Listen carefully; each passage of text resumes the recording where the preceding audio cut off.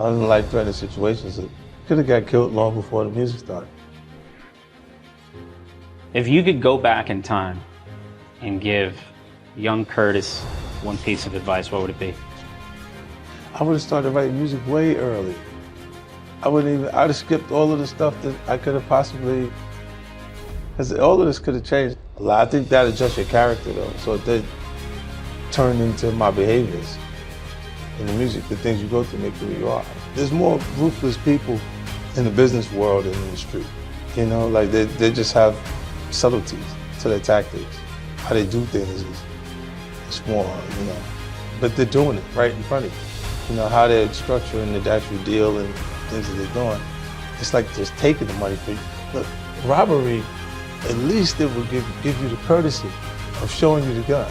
So you can have those anxieties and feel those feelings that you would feel when you're being robbed. They'll do it on a piece of paper where you feel nothing and just rob you right there.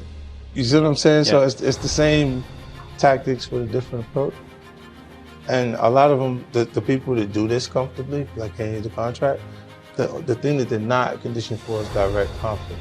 And that the circumstances I grew under, I absolutely have to be prepared for. There's positive influences, there's negative influences, there's a lot of things around that you can actually do. Like, you look at YouTube. It's pretty much every skill set you're looking for, you can find on YouTube. You find some information about what you're trying to do, and not even have it be something for you to sit and read. You watch it and explain it to you. You know, so I don't know why it's not clearer that there's less limitations. Like, you're not limited the same way you were in the past. You know what I mean? Okay, now how did you become interested in vitamin water? I was in a supermarket and I saw a gallon of water for $2.89. And I went further down the aisle and I seen another gallon of spring water for 59 cents. And I just know that if you put that in these two different cups that we have in front of us, that I wouldn't know the difference between what spring it came from. When I got back, I told Chris at the time, me and Chris Lighty was working closely together, he was managing me, and I said, I want to sell water. And he was like what? I said, I want to sell water. He's like, to who? Everybody need water. Like, you know, it might have been an easier concept for him if I said I wanted to sell liquor. So you bought the company? No, so I ended up having about almost 10% of it. And it was sold to Coca-Cola for you made $100 million? Well, 4.1 billion they actually sold the company for. I've somehow ended up under circumstances where I've been up against the toughest things in the environment that I come out of before any success takes place. I always say if there was someone to run and go get, I would have ran and got them, but I have to run and get me. So I had to come back myself every time. So it just makes me not look at what would be the bigger situations in front of me, the harder circumstances don't seem so rough to me. You know, like, because I've already been up against the toughest things, the biggest obstacles. Take this for granted, right? Almost 90% of the time, I'm communicating with people who've achieved a higher level of education than me, right? The college graduates, things like that. And what I hold on to is they wouldn't have made it under the circumstances that I came up under. And, you know, if the information that you needed in the business classes were in the book, if everything you needed was in the book, then the teacher would be too successful to teach the class. It's how you adjust to things, too, I think, because you'll have peaks and valleys, you'll have things changing at the point, and you feel like, is it at a high or is it at a low? You can't even, because the money is still coming in. You don't feel like there's a change in finances. But you'll see things that you go, wait, I don't understand why they're doing this.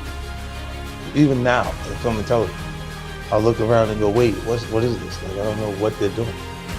Like, why'd they pick this up? If I don't understand what's going on, then I'm not sure I'm as good as I think I am, right? If you're confused at how the operation is working, then you don't know. If everything I pick is working, I feel great about that. But you go, what is all the other stuff that they're picking? Right.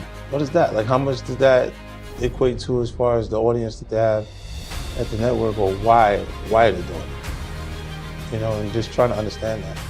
Because I guess eventually I'll be the network.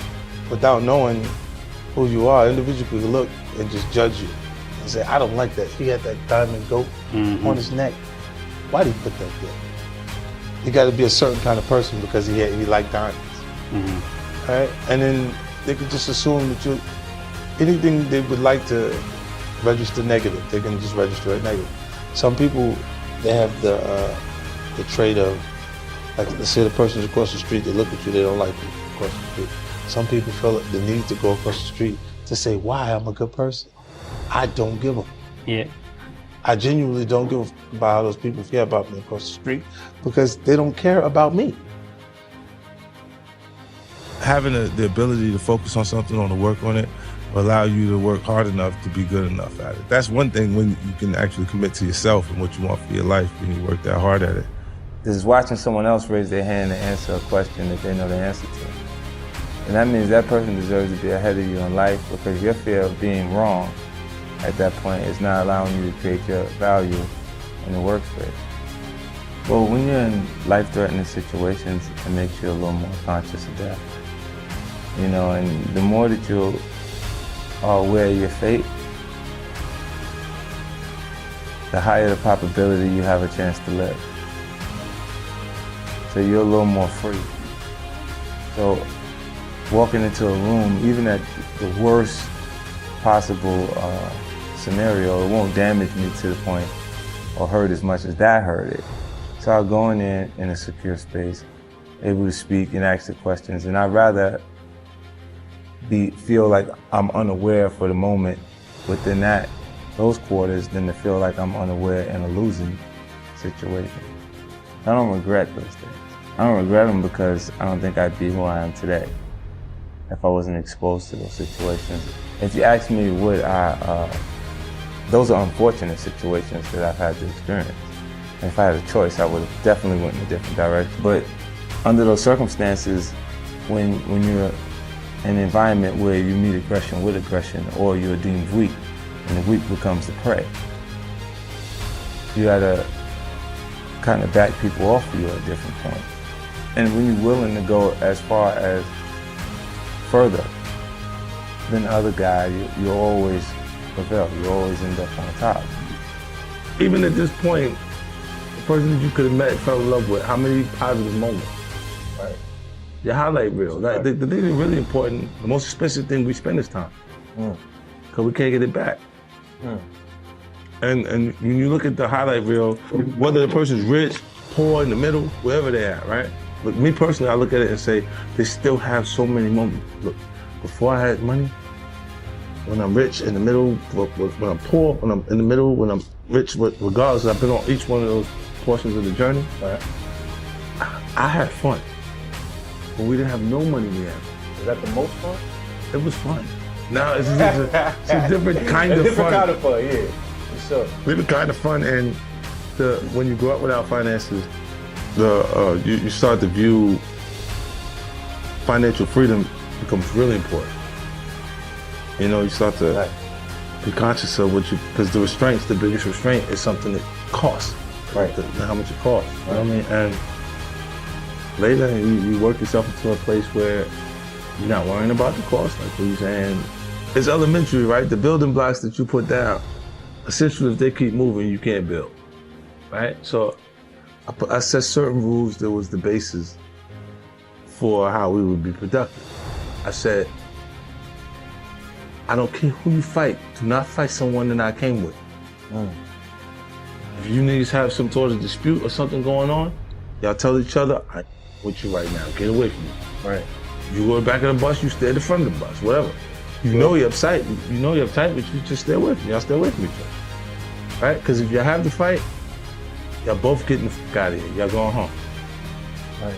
And the reason why I was saying this is I can't bring new people on when the foundation that I had is fighting each other.